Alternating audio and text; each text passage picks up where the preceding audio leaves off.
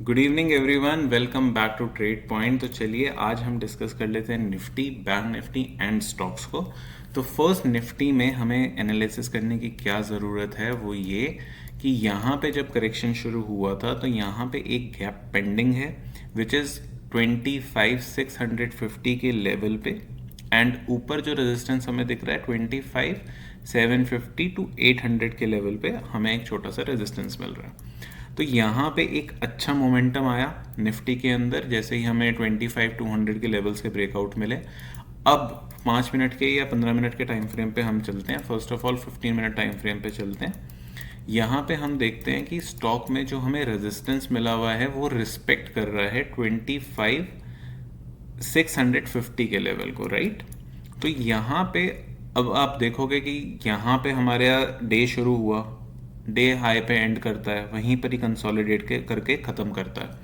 तो अब मंडे के लिए आपकी प्लानिंग क्या होनी चाहिए? सिंपल, अगर आपको 5 मिनट टाइम फ्रेम पे या फिर 15 मिनट टाइम फ्रेम पे एक भी कैंडल क्लोजिंग मिलती है अबव द लेवल ऑफ 25,650, उसके बाद एक रीटच, देन आपको अपना ट्रेड प्लान करना है फॉर दी गैप फिलिंग, जो कि आपकी होगी 25,750 तक, ठीक है। उसके बाद आप on the basis of price action आप ट्रेल कर सकते हो, या फिर 20 EMA 10 EMA पे जिस पे आप ट्रेल करना चाहो अपने प्राइस को ट्रेल करके जा सकते हो। तो यहाँ पे काफ़ी ज़्यादा अच्छी अपॉर्चुनिटी मुझे देखने को मिल रही है, बिकॉज यहाँ पे अगर आप देखोगे तो यहाँ पे सारा दिन कंसोलिडेट करता रह गया निफ्टी।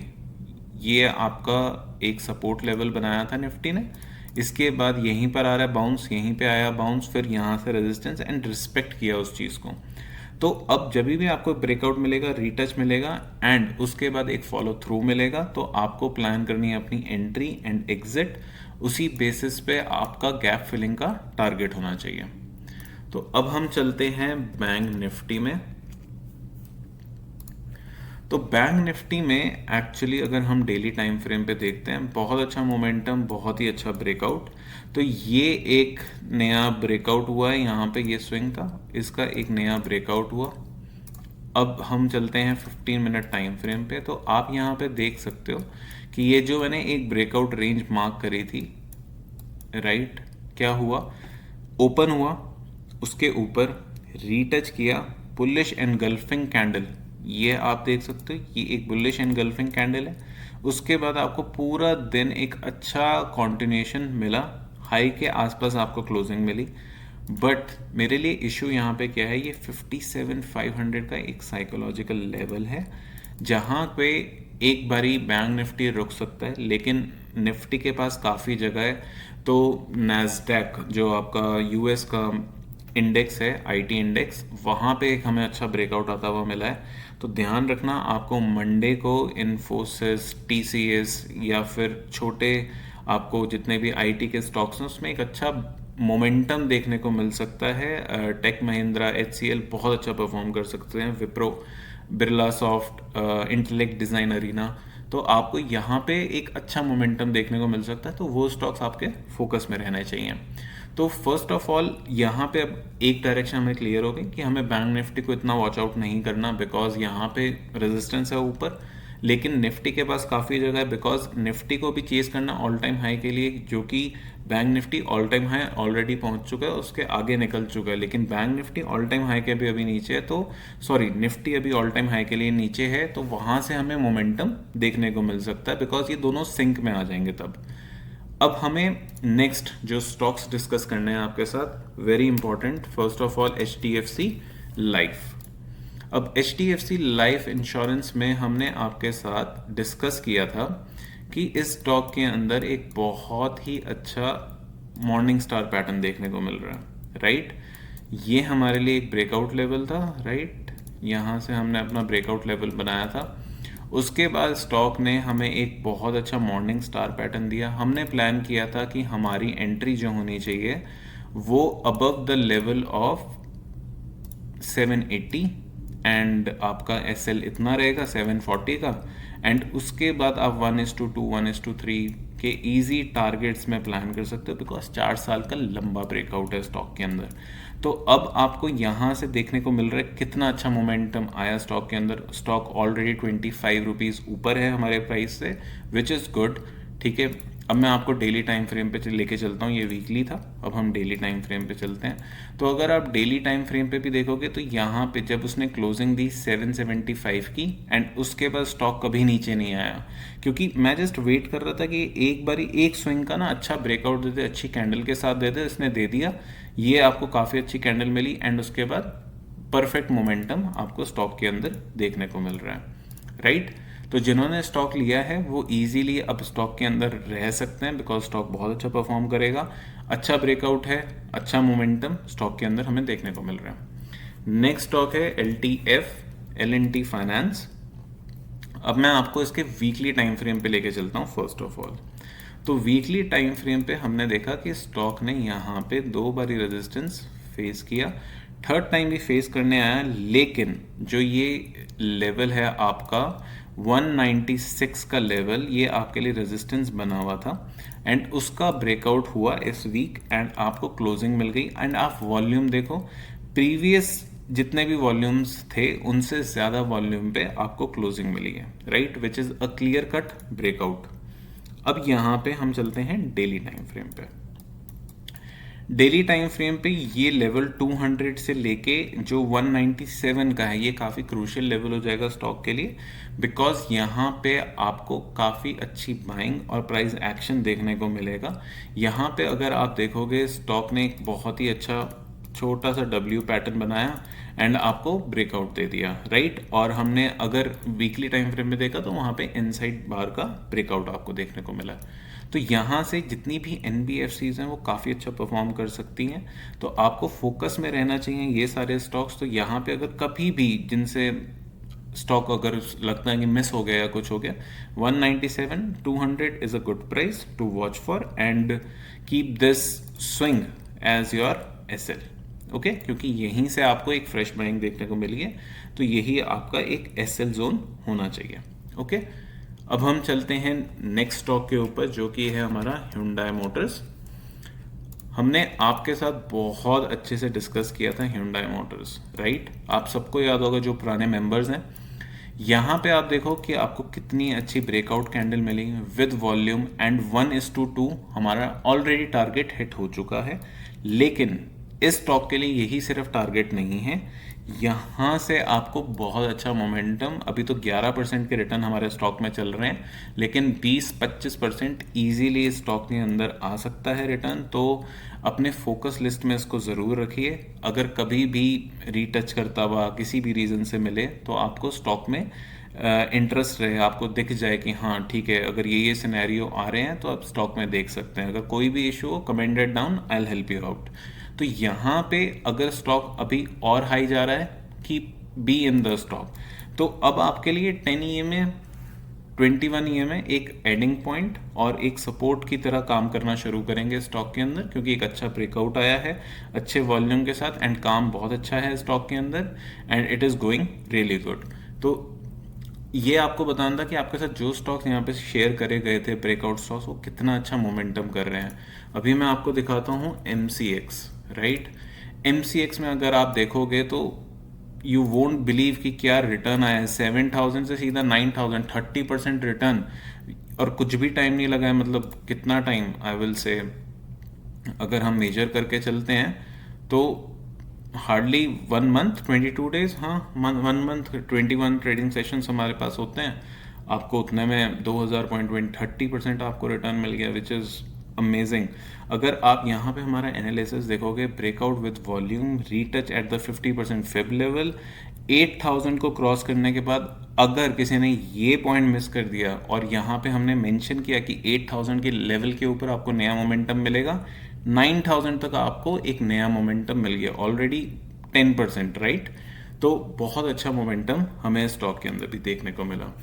नेक्स्ट स्टॉक जो मैं आपके साथ डिस्कस करूंगा वो है Aditya Birla capital.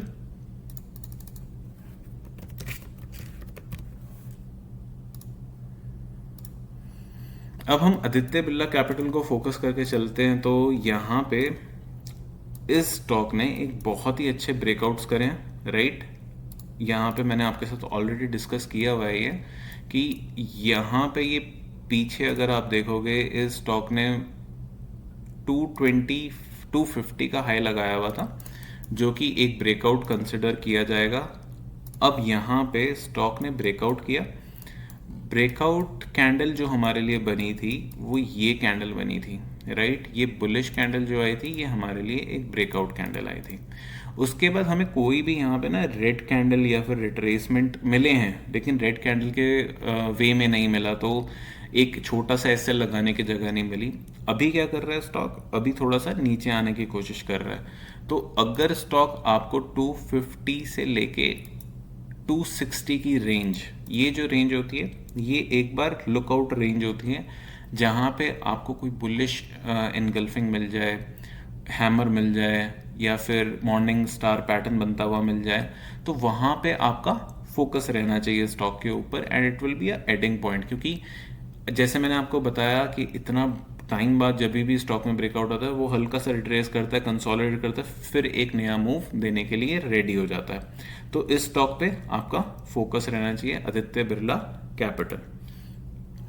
Next stock हम देखेंगे HDFC AMC, राइट। यहाँ पे हमने आपके साथ डिस्कस किया था कि HDFC AMC में एक रीटच ऑलरेडी आ चुका है। मैं सारी पिक्चर पहले क्लियर कर देता हूँ कि जिससे हम फ्रेश चार्ट को देखें तो समझ में ज़्यादा अच्छे से आएगा जो भी न्यू व्यूअर्स हैं। तो यहाँ पे ये हमारे पास ब्रेकआउट बना, ब्रेकआउट लेवल्स हमने मार्क कर लिए, ये हमारी ब्रेकआउट कैंडल थी, राइट। उसके बाद एक मोमेंटम हुआ, पूरा रीटच हुआ। रीटच होने के बाद मैंने आपसे कहा था जब स्टॉक 5000 के ऊपर जाएगा उसके बाद आपको एक फ्रेश मूव देखने को मिलेगा। 5000 के ऊपर क्लोजिंग मिली, क्लोजिंग के बाद एक रीटच आता है एंड उसके बाद 5150 अभी स्टॉक का प्राइस यहाँ पे चल रहा है। तो अभी यहाँ से स्टॉक एक नया मूव देने के लिए रेडी है। अब आपको यहाँ से एक फ्रेश मूव आता हुआ स्टॉक के अंदर मिलेगा, क्योंकि यहाँ पे लो वॉल्यूम है, जब गिर रहा है एंड बढ़ रहा है तो डिसेंट वॉल्यूम के साथ स्टॉक ऊपर जा रहा है। ओके, नेक्स्ट स्टॉक को हम डिस्कस कर लेते हैं, महिंद्रा एंड महिंद्रा।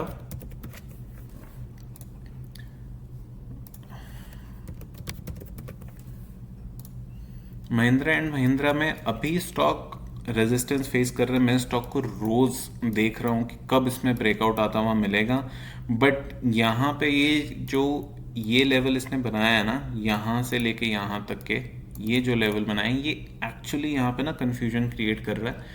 एक बारी आई फील कि इसमें ब्रेकआउट अच्छी कैंडल के साथ हो जाए, उसके बाद हम स्टॉक को फोकस में रखेंगे। मैं डेली इस स्टॉक को वॉच कर रहा हूँ, जैसे ही ब्रेकआउट आएगा इंस्टाग्राम पे मैं अपलोड कर दूंगा कि हाँ स्टॉक के अंदर ब्रेकआउट आ गया, एंड उसके बाद वो आपकी वॉच लिस्ट में आ जाना चाहिए एंड आपके फोकस में भी आ जाना चाहिए। इसके बाद हम स्टॉक्स को डिस्कस कर लेते हैं। नेक्स्ट स्टॉक है हमारे पास गैब्रियल इंडिया। गैब्रियल इंडिया के इतने इंटरेस्टिंग चार्ट्स बने हैं ना, लाइक हमने लास्ट टाइम कब कहाँ पे डिस्कस किया था गैब्रियल इंडिया को, यहाँ पे डिस्कस किया था कि हाँ यहाँ पे ब्रेकआउट आ रहा है। अब मैं इसको रिमूव करता हूँ 1 मिनट के लिए। यहाँ पे हमने डिस्कस किया था 600 के ऊपर हमें एक ब्रेकआउट देखने को मिलेगा, जो कि इवेंचुअली बहुत अच्छे वॉल्यूम के साथ ब्रेकआउट आया। रिजल्ट बहुत अच्छे थे कंपनी के। ये हमारी ब्रेकआउट कैंडल है जहाँ पे मैंने ये आपको क्या कहते हैं एरो दिया है। ब्रेकआउट हुआ, ब्रेकआउट के बाद एक मूव आता है स्टॉक। अब यहाँ पे अंडरस्टैंडिंग के लिए मैं आपको समझा रहा हूँ कि स्टॉक जब नीचे आ रहा है ना, ये देखो आप, ये जब नीचे आ रहा है, ठीक है, ये एक धीरे धीरे धीरे धीरे धीरे धीरे नीचे आ रहा है, और आप वॉल्यूम देखो कितने ड्राई हैं, यहाँ पे वॉल्यूम ही नहीं है गिरते हुए, और बढ़ते हुए आप वॉल्यूम देखो कितना बड़ा वॉल्यूम आया। तो यहाँ पे उन वीक हैंड्स को निकाला जिन्होंने बस छोटा सा प्रॉफिट लिया और चले गए, लेकिन ये स्टॉक एक्चुअली बड़ा प्रॉफिट देने के लिए। अब ये कैंडल कौन सी कैंडल होती है? Bullish engulfing candle, right. अगर आप इसके हाई पे बाय करते हो, इसके लो पे एसएल लगाते हो, तो भी आपको कितना अच्छा मोमेंटम स्टॉक के अंदर देखने को मिल रहा है, और ये आने वाले टाइम में और अच्छा मोमेंटम करेगा, बिकॉज ये कल आई विल से मंडे के लिए भी इंपॉर्टेंट है। Above the level of 675 I will say उसके ऊपर ये 700 के टारगेट आपको इजीली अचीव हो जाएंगे विद इन इंट्राडे। तो ये स्टॉक आपके फोकस में रहना चाहिए। तो यहाँ पे ये स्टॉक मैंने इसलिए लिया बिकॉज आप ऐसे स्टॉक्स को मिस ना करो कि हाँ ठीक है अभी ये गिर गया, उसके बाद जैसे ही ऊपर है आपके फोकस में आ जाना चाहिए ये स्टॉक। ओके ठीक है, यहाँ पे हम एंट्री कहाँ पे देख सकते हैं या फिर नेक्स्ट डे इंट्राडे कहाँ पे कर सकते हैं, आपके फोकस में रहनी चाहिए सारी चीज़ें। इसके बाद हम एक स्टॉक को और डिस्कस करते हैं जो कि हमारे पास जियो फाइनेंशियल सर्विसेज। अगर आप जियो फाइनेंशियल सर्विसेज को देखोगे तो यहाँ पे एक काफ़ी इंटरेस्टिंग काफ़ी अच्छा पैटर्न हमें देखने को मिल रहा है। चार्ट में थोड़ा क्लियर कर देता हूँ, फिर मैं आपको बेस से समझाना शुरू करूँगा कि हाँ ये स्टॉक हमने क्यों डिस्कशन में रखा है। तो हम वीकली टाइम फ्रेम पे चलते हैं फर्स्ट ऑफ ऑल। ओके, तो वीकली टाइम फ्रेम पे जब ये आईपीओ आया था इसने यहाँ पे आपको एक बेस बना के दिया।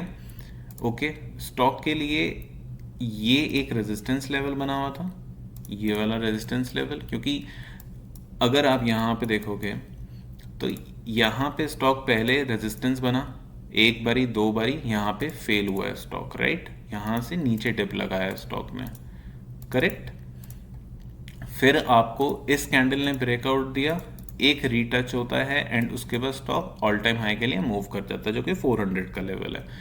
वापस से मार्केट में करेक्शन शुरू होता है, स्टॉक पूरा नीचे आता है, फिर आपको यहाँ पे एक डब्ल्यू पैटर्न देखने को मिलता है।